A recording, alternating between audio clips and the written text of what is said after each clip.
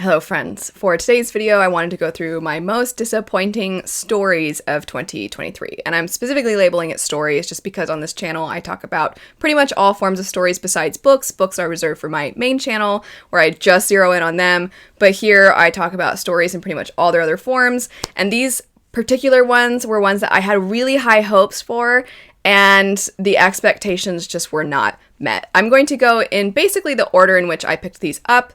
So starting with the very beginning of the year, we have Silver Spoon.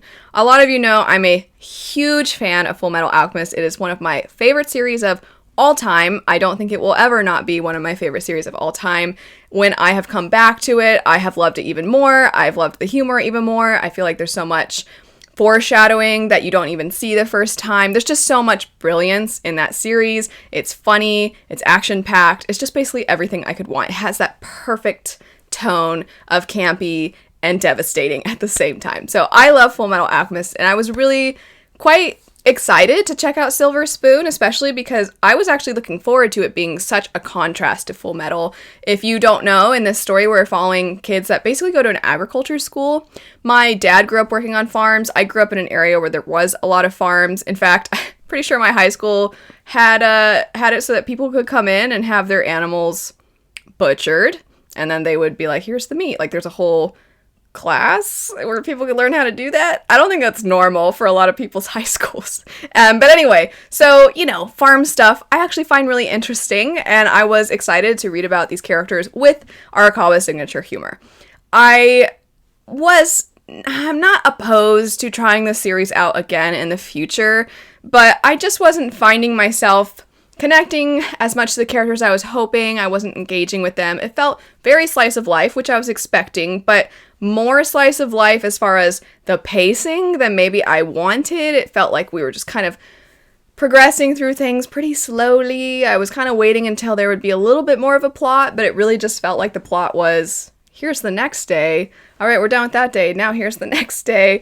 And that's not quite what I was looking for. I guess I wanted more depth from the characters. I was looking forward to seeing more of their family circumstances, which I think you do as you progress, but I didn't want to have to spend a really, really significant amount of time to feel like I was really there with the characters. And I think it just was maybe a little too slice of life for what I was wanting. So while I don't think it's terrible, and as I said when I first started talking about it, I'm not opposed to picking it up again, I think as of right now, it just wasn't quite meeting the hype that I had for it, given how much I love Full Metal Alchemist, which is probably my own fault. I know everybody says, hey, they're totally different, and I know they were going to be different.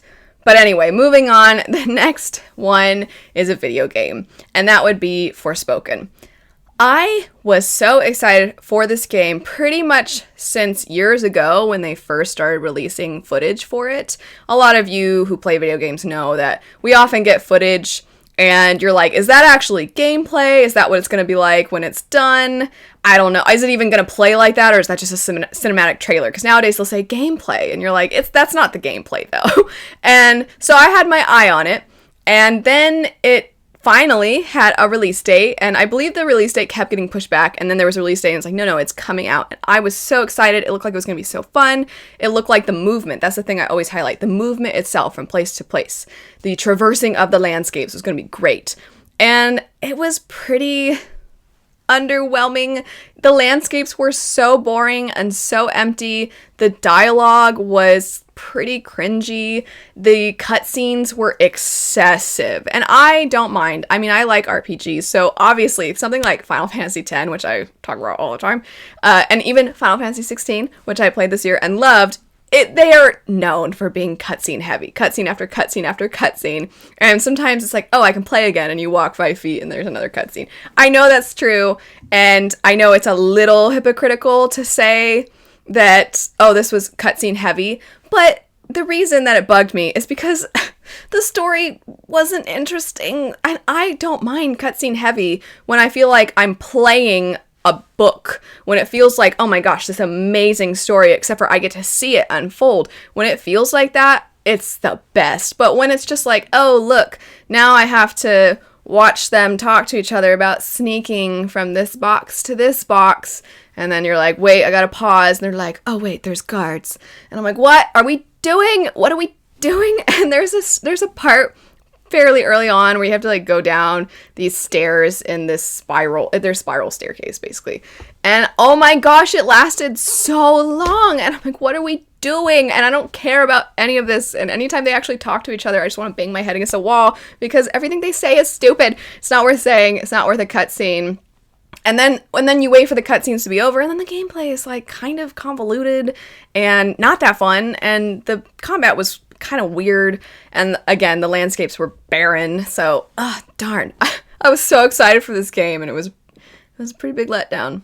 Luckily, Lies of P was fantastic, and Final Fantasy 16 I really enjoyed. So I got myself some really good games in this last year, but that one did not live up to the hype that I had for it. Next up, we have 20th Century Boys. I feel so sad about this one, and this is again a case of I had the hype built up pretty high. So many manga fans they have this in their top 5, if not their top 10, and I know my husband's a big fan of it, my friends are a big fan of it, and I just immediately didn't like it. I found all the characters annoying. It's not really a character-focused story. It's more mysterious and intriguing and a little disturbing, and you're trying to piece together, like, what's even happening? It's almost surreal. And I didn't feel any of those feelings I just described. I wasn't intrigued.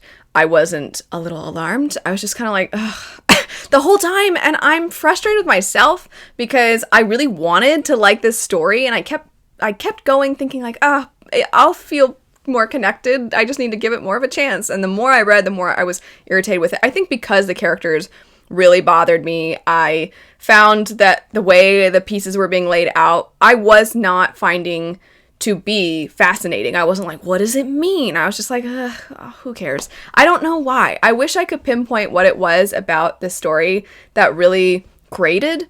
I don't know if it was the setting. I don't know if it was potentially the characters. Maybe this sort of mystery, surreal feeling, this almost abstract, is this really happening? Almost unreliable narrator because there's so much that you're piecing together from the past. I don't know if some combination of those things just isn't for me, but it wasn't for me. I didn't like anything really about it, and I wish that I could say otherwise. That said, I don't think it was bad. So, you know, with something like Forspoken, I didn't think Forspoken was very good. I thought Forspoken was pretty bad. But with this one, I don't think it's bad. And I can see why people would be very fascinated by it and feel very much like, oh my gosh, I want to know what is even going on. There's like this weird cult and like, wait, is this even happening? Is this magic? Is this some kind of alien force? Is there something, or is this just all trickery? And I really can see why people would be gripped by it. I actually think this would make for a really interesting show because there's a lot of pieces that could be kind of cliffhanger. And I think maybe you would feel more for the main characters. I say main characters, but even saying that, there's a lot of different characters introduced. But maybe it would help feel propelled through the plot. You would feel propelled through the plot through the characters. Even the humor that would pop up, though, which it's not like it's constant or anything, but the humor wasn't really for me either. So this one was just a big swing and a miss. I don't really know why. If there was a visual, well, it's already a visual medium because it's a manga, but if there was a show, I think maybe I might give it a go. Just something about this manga was not appealing to me. I wish that wasn't the case. I'm really sorry. Next up, we have Castlevania Nocturne. I really probably don't need to go too in-depth with this. I did a whole video that was about how it was disappointing to me. And I think it's fair to say that I went into it with certain expectations based off of really loving the first show that Netflix put out for Castlevania.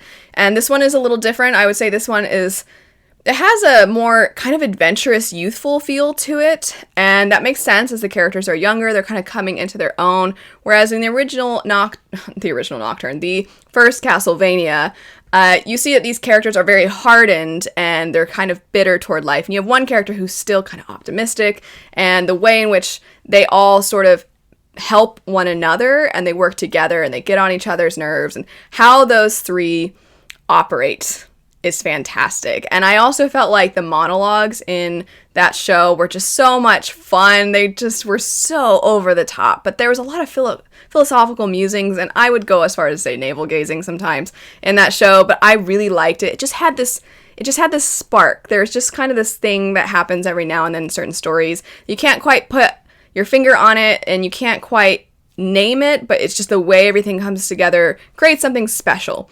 And in Nocturne, it just didn't have, for me, that spark. I didn't really feel like they took their time with the characters. I personally didn't feel like I should rephrase my previous statement. I feel like they would just force in a backstory, and they would have that character reveal their backstory to you pretty much on introduction, and that served as character development. But to me, that's not character development, that's character backstory. That gives us some context, but then moving forward, I need to see how they grow from that. I need to see, and there were some characters that had somewhat satisfying arcs. There's one character in particular where you see someone who caused a lot of hurt and harm in their backstory, and you see the way in which they come up against that person, so that was somewhat satisfying. But I just found that for the most part, the characters didn't really feel like they were growing or even changing or adapting, and it just felt like we were throwing everything in this one season. There was too much, I think, in one season, and I was disappointed. I mean, that's really all it comes down to. I was disappointed. I don't know if I'm going to keep going. The ending made me want to keep going, and if you know, you know, but I don't know if I want to keep going with it, because the ending was the kind of only thing I liked. I liked the animation, but it just, to me, wasn't as strong as the first, and I don't even think it's that it was because it was different, because I'm totally on board with it doing its own thing and not just trying to replicate, but I don't think it really did its own thing well. I think it just did its own thing, for me, rather mediocrely, and I wanted more from it. After that, and the last thing for today. So this is not something I've talked about for the rest of this year, but it is something I have mentioned from time to time being one of my favorite shows, and that would be What We Do in the Shadows. This is a mockumentary. It is, if you've heard of the movie, it's basically the same concept. It's a show where you follow these vampires who are living in modern day, and there's all the typical vampire tropes. These vampires, as a result of having familiars who are humans who do everything for them, basically, they have no idea what modern society is like. So seeing them trying to adapt to modern society when they actually go out into it is, I think, very amusing. And I have enjoyed this show up through the first 3 seasons, I would say. I thought season 4 was an extreme swing and a miss, and I was so disappointed by it. Season 5 I thought was better than season 4. If you've watched the show, for me personally, the thing that I think it has lost is the mundane day-to-day life and vampires, these old ancient vampires being exposed to that and seeing how those things come together. An example, and a stupid example, is just Nandor going to the store and like throwing coins at the cashier. Stuff like that, when the guy's like, what the heck, man? That like simplicity of just a cashier at some kind of store, having this guy wearing this ridiculous outfit throwing coins at him. Just that was, I think, what made this so funny, and I feel like they have leaned way too much into like their vampire lore and their other mythological creatures and just their own inside jokes, which I'm like, can you guys go back to what made this so funny in the first place? And maybe some people like the route it's taken. I don't as much. I miss the ridiculous humor of the first 3 seasons, and I think now it's just too campy. It's not as dry and clever, and I actually think the show is being carried by the really funny actors, but I think the writing has gone very downhill. So hopefully, if we get a season 6, I'm hopeful it'll be better, but at this point, I don't really know if we're going to come back to what made it special, in my opinion, for those first 3 seasons. But anyway, that's it for my most disappointing stories for 2023.